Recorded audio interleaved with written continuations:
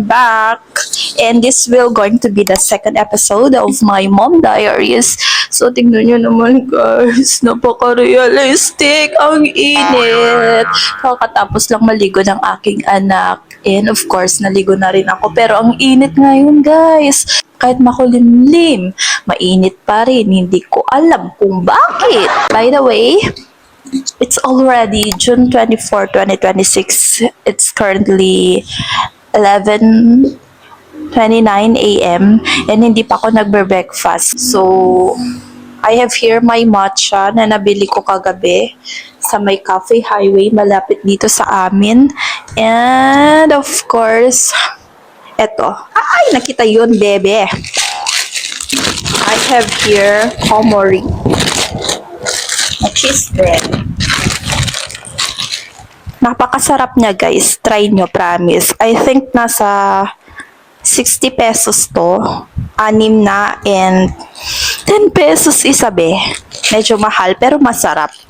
Bawing-bawi naman sa lasa. Diyan na naman yung anak ko nangungulit. So, ito yung ito yung memeriandahin niya guys. See, Pediasure. Do you like this? Do you want this, my love? Oh, why are you crying? This one, so yummy. I love the video. Wanna have that? Harti, come here. Makagibarat ta. Sit down. Just sit down. Okay. Engkau dito gaw mo. Engkau. Harti. So, eto na lang yung memeriandahin ni Heart. Pediasure 3 Plus. Actually guys, 2 years old pa lang siya. Pero according to her Pedia, okay naman daw ito.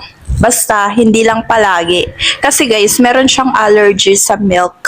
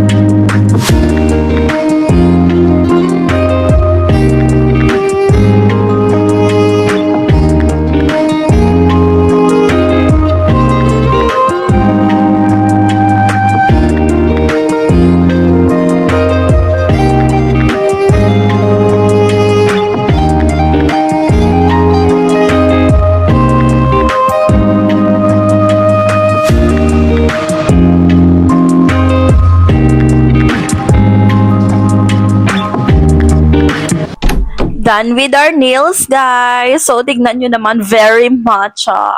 Yan, super matcha. Kasi, I think yun yung trending ngayon na matcha vibes. And, ang kagandahan nga dito is, di na tayo pupunta sa labas. Kasi kapag sa labas to be, nasa around 400 siya kapag gel. Kasi kapag lumalabas ako, gel lagi yung pinapagawa ko.